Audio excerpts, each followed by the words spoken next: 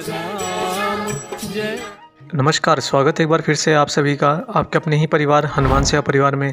आशा करते हैं दोस्तों कि प्रभु श्री हनुमान जी और परम पूज्य बाबा नीम करोली महाराज जी आप सभी भक्तजनों पर असीम कृपा बनाए रखें और साथ ही आपके जीवन को खुशहाल रखें।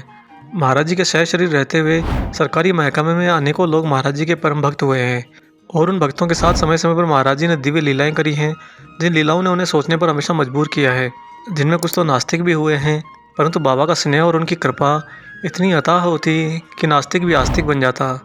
बाबा के सानिध्य का मनुष्य को जो सबसे बड़ा फल मिलता है वह मिलता है मन का परिवर्तित होना, अर्थात मन से आप पूर्ण रूप से बदल जाते हैं और आपके मन में सिर्फ करुणा भाव बना रहता है। दोस्तों, जब हमारे देश पर अंग्रेजों का शासन था, उन अंग्रेजों के शासन के दौरान भी ऐसे अनेकों सरकारी अफसर महाराज जी के भक्त हुए हैं। इन लोगों को महाराज जी के द्वारा प्राप्त हुई कृपा पर विश्वास ही नहीं होता था।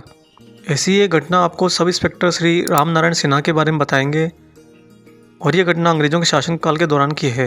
और दोस्तों, इससे पहले हम आगे बढ़ें, आप सभी से गुजारिश है, अगर वीडियो अच्छा लगे तो वीडियो को लाइक ज़रूर कीजिएगा। जो लोग चैनल पर नए हैं चैनल को सब्सक्राइब जरूर कीजिएगा। आप सब्सक्राइब नहीं करेंगे तो आप तक आने वाले नए वीडियो के नोटिफिकेशन समय से नहीं पहुंच पाएंगे।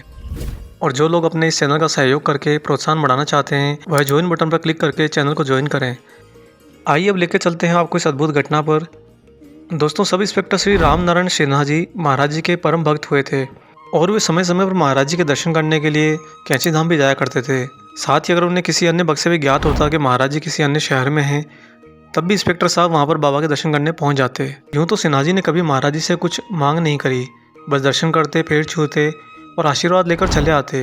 वह बाबा द्वारा दिए गए आशीर्वाद में ही महाराज जी की सारी असीम कृपा को मानते थे।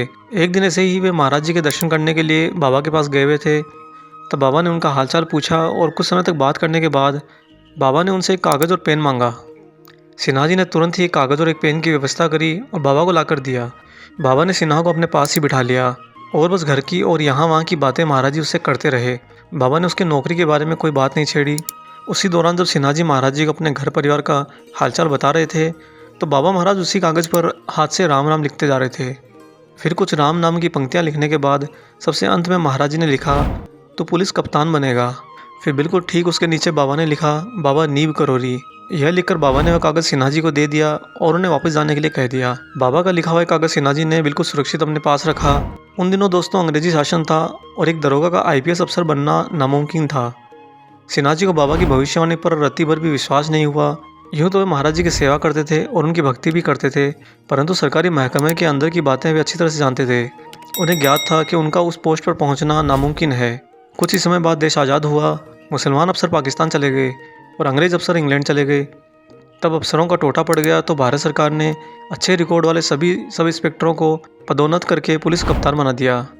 इसमें एक सिन्हा जी भी थे। सिन्हा जी 5 वर्षों तक पुलिस कप्तान के पद पर कार्यरत रहे और उन्हें बाबा के द्वारा लिखित में कही गई तो पुलिस कप्तान बनेगा वह बात याद आने लगी। वह मन ही मन पछतावा करने लगे कि बाबा की भविष्यवाणी पर क्यों विश्वास नहीं किया। आगे कालांतर में सिन्हा जी 5 वर्षों तक पुलिस कप्तान के पद पर कार्यरत रहे। इसी बीच सरकार ने एक नई योजना बना दी कि IPS पद पर सभी सब इंस्पेक्टरों को पद से रिटायर कर दिया जाए और उनके रिक्त पदों पर नई भर्ती की जाए। सिन्हा जी इस नए आदेश से बहुत बुरी तरह से दुखी हुए। उन्होंने नौकरी से त्यागपत्र देने का मन बनाया और पत्नी से कहा कि इस तरह की बेइज्जती के साथ उन्हें नौकरी करना बिल्कुल मंजूर नहीं है। सिन्हा जी जब पत्नी से ये बात कर ही रहे थे, उसी समय उनके सेवक अर्दला ने आकर बताया कि बाहर एक बाबा आपको याद कर रहे हैं और वो अकेले आए हैं, उनके साथ कोई नहीं आया है। सिन्हा जी को तुरंत ही समझते देर नहीं लगी कि ये भक्त वत्सल महाराज जी हो सकते हैं। वे दौड़े दौड़े द्वार की ओर बाहर आए, देखा तो महाराज जी खड़े मुस्कुरा रहे हैं। सिन्हा जी को देखते ही बाबा ने उनके कंधे पर हाथ रखा और कहा कि तू नौकरी कतई नहीं छोड़ेगा, तुझे कोई नहीं हटा सकता। और यह कहकर महाराज जी मुड़े और वापस चले गए। सिन्हा जी को महाराज जी ने घर पर दर्शन देकर सेवा का भी अवसर नहीं दिया। शायद यही बाबा की इच्छा थी और यही बाबा की लीला भी थी। और दोस्तों, इसके अगले ही दिन सरकार से जो पत्र सिन्हा जी को प्राप्त हुआ उसके अनुसार उन्हें पुलिस कप्तान पद पर स्थायी कर दिया गया था। उसमें ये लिखकर आया था कि ऐसा उनकी पिछली सेवाओं को देखते हुए किया गया है। परंतु सिन्हा जी ये जानते थे कि ये करुणा निधान महाराज जी का ही परम आशीर्वाद है। बाबा के मुख से निकला शब्द कभी प्रकृति ने टलने नहीं दिया। इसके लिए क्या राजा क्या रंक, सभी के मन महाराज जी की इच्छा से प्रकृति बदल देती और उनके भक्त के अनुकूल परिस्थितियों को कर देती। इस प्रकार बाबा ने अपने सरकारी भक्त के डगमगाते हुए विश्वास को फिर से दृढ़ता दी और जीवनों पर्यंत वह भक्त महाराज जी की सेवा में कार्यरत रहे। दोस्तों, महाराज जी के द्वारा प्राप्त हुए किसी भी कृपा, किसी भी आशीर्वाद के प्रति कभी संदेह ना करें। अगर आपको ये अंदर से भी लगे कि ये सब तो सच में असंभव है, तो भी ये याद रखिएगा कि महाराज जी सर्वसमर्थ हैं। जो मनुष्य के लिए असंभव हो वो बाबा के लिए तो कुछ भी नहीं है। बस आप अपना समर्पण महाराज जी से बनाए रखें और सच्चे मन से भक्ति मार्ग का निर्वाह करें।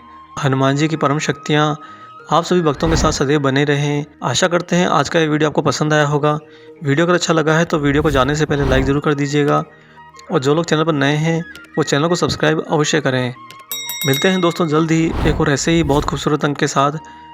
तब तक अपना और अपने माता पिता का बहुत अच्छे से ध्यान रखिएगा और प्रभु श्री हनुमान जी और महाराज जी के निस्वार्थ होकर सेवा करते रहिए। जय सिया राम।